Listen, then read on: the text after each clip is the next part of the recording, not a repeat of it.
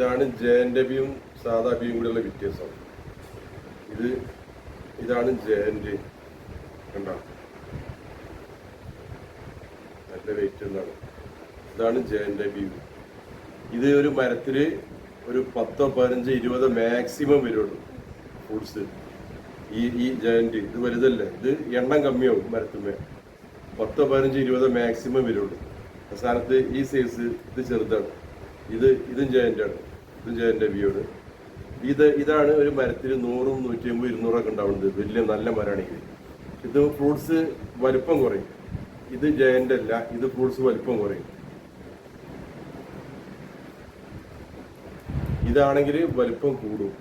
ഇത് ജയന്റാണ്. ഇത് വലുപ്പം കൂടും. ഇത് മരത്തിൽ എണ്ണം കുറയും. ഇത് വളരെ കുറച്ചുണ്ടാവുള്ളൂ ഒരു മരത്തിൽ. അതാണ് ജയന്റും മറ്റും തമ്മിലുള്ള വ്യത്യാസം. ഇത് പൊട്ടിച്ച് കഴിക്കുന്നത് കാണിച്ചു തരാം. അതിൻ്റെ ഉള്ളിൽ കഴിക്കുന്നത് എങ്ങനെയാന്നുള്ളത് കാണിച്ചു തരാം. ഇത് മുറിക്കല്ലേ,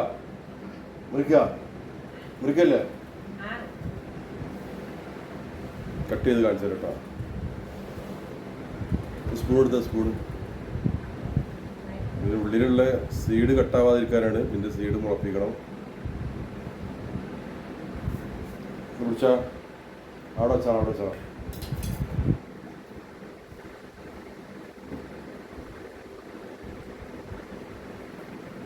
ഇതാണ് ഇതിൻ്റെ ഉള്ളിലുള്ള സീഡ് ഇട്ടോ. 3 എണ്ണം. ഇതാണ് കഴിക്കാനുള്ളത്. അത്യാവശ്യം കഴിക്കാനുള്ളതുണ്ട്. നല്ല രസമാണ് ഉള്ളിൽ.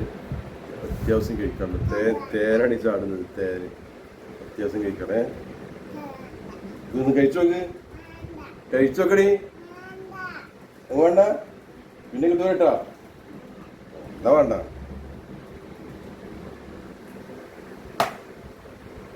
ഇതിങ്ങനെയാണ് കഴിക്കൽ കേട്ടോ. സ്പൂൺ കൊണ്ട് ഇങ്ങനെ കോരിക്ക് കിട്ടും.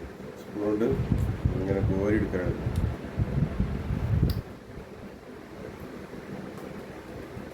എന്നാ ഓടിയൊന്നും വേണ്ടെങ്കിൽ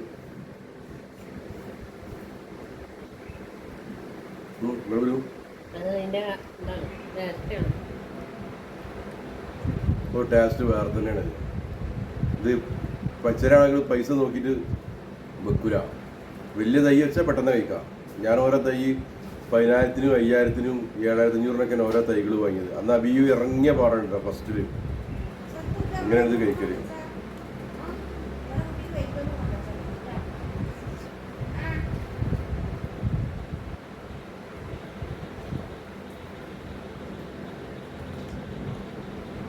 നല്ല മധുരം. നല്ല പഴുത്ത പാട് കഴിക്കണം. അല്ലെങ്കിൽ ചുണ്ട് ചെറിയൊരു ഒട്ടുണ്ടാവും നമ്മൾ സപ്പോർട്ട കഴിക്കുമ്പോൾ. പിന്നെ ഫ്രീസറിൽ വെച്ചിട്ടും ചെറിയ കഴിക്കും. ചെറിയ കൂളിങ് ഐസ്ക്രീം ആയിട്ട് ടേസ്റ്റ് കിട്ടാൻ നല്ല ടേസ്റ്റാണ്. വേറെ ടേസ്റ്റ് അല്ലേ. അതിൽ ഇഞ്ഞൊരു കോരി എടുക്കാണ്ട്, ഇഞ്ഞൊരു എടുക്കാണ്ട്.